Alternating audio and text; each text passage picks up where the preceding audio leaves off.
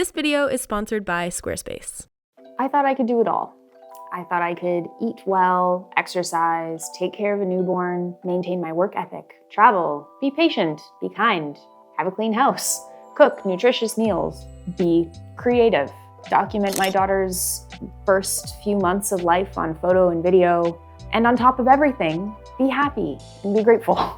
Because I'm normally a person that's really good at muscling through discomfort or pushing myself through something that is hard. And until this point in my life, I have never met a challenge or problem that wasn't surmountable by some amount of sheer willpower, work, and grit. Naively, I had no reason to believe that this time would be different. And I know that every parent watching this is laughing at me saying, I told you so. But here's the thing, when it's your first, you just don't know. For those of you who are new here, hi, I'm Lizzie. This is my YouTube channel. Thank you for joining me. I had a baby about 3 months ago. I also moved across the country about a year ago now, and I moved in with my partner and his 3 kids part-time. Half the time they're here and half the time they're at their mom's. And right now, despite how quiet it is in the house, there's actually a teacher's strike, so they are at home all day. It's the 3 of them, my partner and I working from home. Now I've just hired a new editor behind the camera today, thank God. We have a nanny, and it's a very full house. And it's been a big year of adjusting. I've made videos like this on the channel before. I have vlogged my life before, and obviously there have been some big life updates if you've been around for a while, like the move across the country, like the baby, all those things. And I prefer to make these types of videos when I come out on the other side of a problem or on the other side of a challenge, and everything is better now, and I am fixed, and here are all of the things I did that you can do to also come out on the other side of things and be fixed and be great and be happy. I don't think that's realistic in life at all. It's just this giant cyclical roller coaster of ups and downs and twists and turns, and I am not on the other side at all.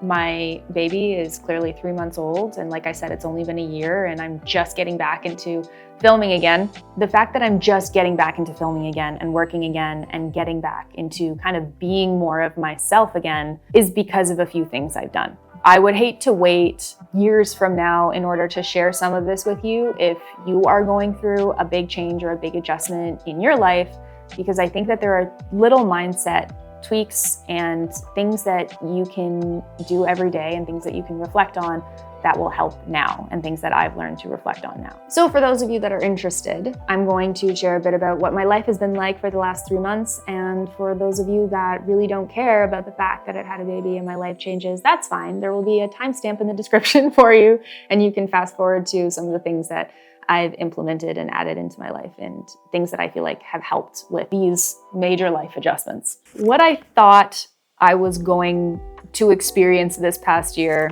I knew it was going to be an adjustment. Let's say that. I moved across the country.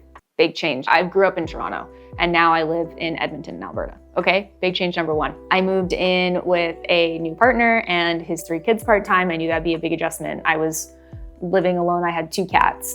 That was very little for me to do day to day. And then, you know, I love his kids, and they also come with a lot of things, a lot of dinner prep, a lot of driving them places. There was a lot of support that I wanted to give. So I knew that was going to be an adjustment. Then I'm thinking, hey, I'm 32. My partner and I are happy and secure. We should probably start talking about if we want to have a kid, and maybe we'll start trying because it's probably going to take a while.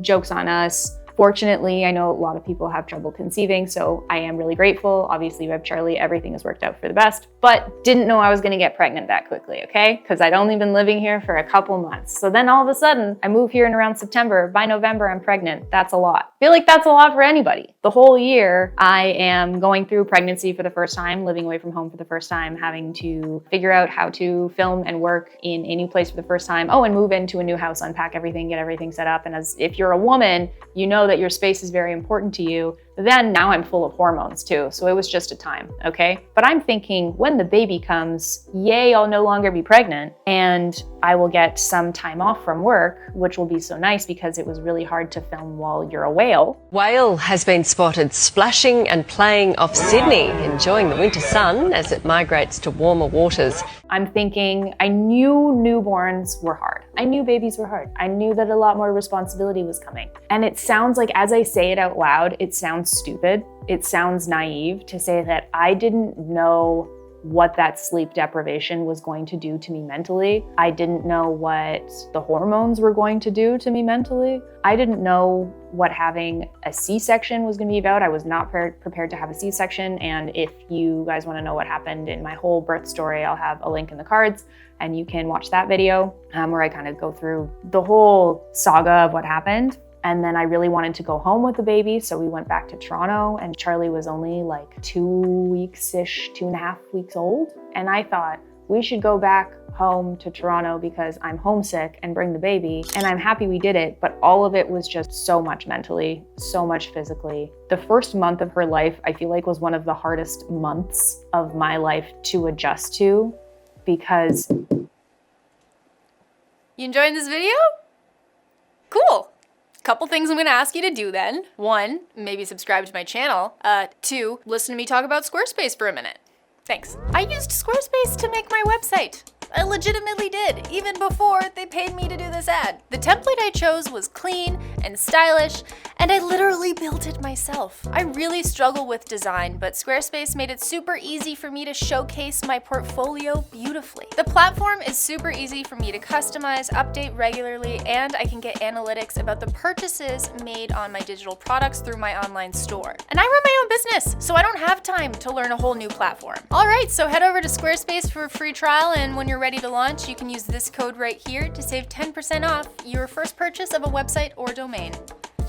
Thanks, Squarespace. Now back to the video. Everything in your day is revolving around making sure she's okay. I'm feeding her. I'm exclusively breastfeeding, so I'm feeding her every couple hours. You don't even get to sleep really at the end of the day. You're still up every couple hours with her. You're changing her, bathing her. Like, me having a minute to go to the bathroom felt like I had to plan it in advance. And this is with help too. Like, my partner was home all the time. He took the entire month off to take care of me. It's been so much harder than I thought. And the panic really set in when I realized, oh my gosh, how much longer do I have of not sleeping ever again? How much longer do I have of not being able to work? Because I thought it would be easier to be able to film her or to take pictures of her or to edit some pictures here and there. Like, I thought there would be a little bit of space in the day where I could do a few things just to feel normal, because work is fun for me. I love my job. It makes me feel very fulfilled. And don't get me wrong, having a baby also makes me feel very fulfilled, but in a different way. And that's why I always wanted a child. And I've said this from the beginning to anyone that knows me, your life purpose is not to have children. It's a part of your life. One person needs a lot of things to feel fulfilled. It's okay if it's not just having a child that does it for you. Especially as a woman, I feel like there's a lot of pressure on us to, motherhood should be the be all end all. For me, it's not, and I've always known that that's how I would feel even after having her. It has been the most eye-opening experience of my life. I love her so much. I have learned so much about what it takes to be a mother. I have a whole new appreciation for mothers and stay-at-home mothers, because even in the few months that essentially that's what I was doing, were so hard. It was so hard. It's not in the amount of things you have to do necessarily, it's mentally really hard. The anxiety, I've already struggled with anxiety and depression before, but the anxiety in having a baby, the biological response that you have when that kid cries is inexplainable until you've gone through it. I felt like I was spending my entire day busy, but getting absolutely nothing done, and simultaneously feeling exhausted in this loop of her napping or not napping, and my entire day would hang on whether this tiny little potato would sleep or not. And then again, not getting the reprieve of a good night's sleep at the end of the day, because usually, your day will end and then you get to sleep your 6 to 8 hours a night. You don't. You just don't. You don't. And that starts to actually make you go insane. Even a few nights of not getting enough sleep, and then think about months of not getting enough sleep, you actually start to go insane. I don't know how else to put it. You are frustrated, you are angry, you are anxious, you're sad. You don't want to do anything, but you also have this desire to do everything at the same time. The thing is, I've been on the other side of this camera before and I've heard this and been like, wow, that sounds awful, but it doesn't sound that hard. I don't know, I hate to be like the wait and see if you're having a kid, but there's truly no way to explain it other than when you are living it. To every friend of mine that's had a baby before me and I didn't know how to help you when you had a newborn, I'm sorry, and I really wish that I knew what you were going through because it was a lot. Fast forward to what I'm going through now, there are a lot of things that have granted me the ability to literally be at this desk and talking to you right now. For one thing, I'm fortunate enough to have a very supportive partner who also works from home and he can help. I mean, obviously he's working, but he can help. He's very involved and he is awesome emotionally and then physically there to support me and helping with the baby. He actually took all of the kids out of the house right now, including the baby, so that we can be filming this in the quiet. 2, I'm fortunate enough to have the contribution from my partner and my own savings in investing in a nanny, which has been the best thing ever. She helps prepare our dinners every day and she helps take care of Charlie for most of the day. I'm still able to exclusively breastfeed her throughout the day while I'm working. Although that creates a lot of interruptions throughout the day, it was still really important to me to be able to do that for as long as possible. In getting her, that was already a huge difference in what my days look like because I could get out and go to the gym, start to exercise. I could prioritize eating well and eating healthy. And finally, I have hired a new employee. You probably didn't know you were going to be featured in this video. But that is also going to be the biggest weight off my shoulders in helping produce more content consistently and better quality content, because YouTube is a lot despite what many people think, or being a content creator is a lot despite what many people think, and then having kids and all of these adjustments and having a baby on top of it. It's hard. Just take my word for it, it's been really hard. So I know that many of you who are watching have gone through or maybe are going through, or you probably will go through a big change in your life at some point. Maybe you just went through a breakup, you moved, maybe you had a baby as well, congratulations if so, maybe you got a new health diagnosis, maybe you're starting a new job, you're moving across the country, or maybe you're just in a creative rut at the end of the day and you're trying to find a strategy to get out of it. You're in a funk. Funk might be an understatement for what I went through, but these things will still help. These are the 4 steps I would recommend you take in order to start feeling better. At the end of the day, the most important thing is that you're happy, and there are certain things that need to align for you to be happy. And when you're happy, you can be the best version of yourself, or at least the version that is able to show up for your kids, for example. Because I know that if I didn't do these things, if I didn't do small things to take care of myself, then I was not able to show up for my daughter in the way that she deserved, in a patient way, in a loving way, and in the way that is also going to be the best way to take care of her. The first thing you need to do is stop looking backwards. You need to stop comparing what's going on in your life right now to what was going on before. Nostalgia will kill you. It is nice to look back at things in a fond and happy way, but it is not cool to compare your life now to what you were doing a few years ago or 10 years ago. In one respect, that is not the same. So right now, am I working as much as I was even a year ago? No. Are there reasons for that? Yes. It is completely unrealistic for me to be looking back and punishing myself over not getting as much done as I was a year ago, because my life circumstances are different now, and that is not constructive or helpful at all. So stop looking backwards and comparing yourself. 2, and I've been told this so many times by so many friends, by my partner, by everyone, and this is what every parent needs to remind themselves, and especially if you have a newborn, is that everything is a phase and every phase will end. So if you're going through something that is hard or challenging, or you have a newborn and you're wondering, will I ever sleep again? I understand. And you will. It will take a while, but I've already seen changes in 3 months. I'm already sleeping, still not well, but more than I was a couple months ago. Even though it's only been 3 months, every phase of Charlie's life has ended and changed already. And I know that there's so much more to come. Some things that are hard and challenging, and some things that are amazing and fantastic. And it's the same thing in life. If something is happening that is unpleasant and you're not enjoying and is not making you feel good, it will be over. It is a phase and it will end. And there is peace kind of in knowing that. Step 3, and because I've taken some flights recently, I will use this analogy.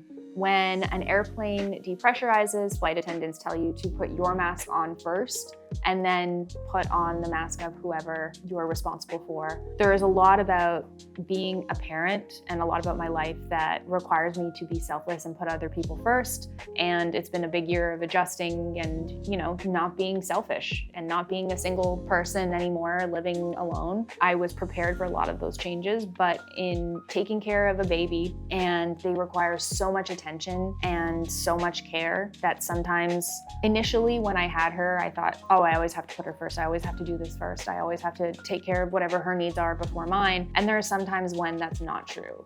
And I should do the thing for me first because I'm not able to show up best for her if I don't. So lately that's looked like, look, if I need to sleep for an extra couple hours in the morning because she kept me up all night, it's enough that I looked after her all night, got up with her, fed her, and somebody else can take her in the morning. No, I'm not the one that gets up with her. But I need sleep and I'm not going to be able to function the rest of the day and take care of her unless I get that extra sleep. So whatever basic needs in life you need to get done that make you feel like the most whole that you can get to in order to take care of a kid or to get back into working after being in a rut or to get back into your routine if you've just moved, take care of those things first. If it's having a clean space, exercising, eating healthy, you do have to check those off. You can't go right into work. It's just gonna be like swimming upstream. Step 4 is recognizing that your best is enough. And your best doesn't equal perfection, which is what I always thought up until this point. Sometimes your best is what you were able to do that day is enough. Knowing that you tried your best to get all these things done, to make it to the gym, to make the meal, to try and shoot that video, and maybe it didn't turn out how you wanted to, but you still went out and gave it the best effort in the time that you were allotted that day, that's enough. Make sure you praise the effort, and therefore you'll be happy with the result because it was the best that you were able to do in those circumstances. Know that your circumstances are different and your best is enough. So I thought I could do it all, and I was wrong. But what I didn't realize was I am doing way more now than I've ever done before. I am going through some of the hardest things that I've ever faced.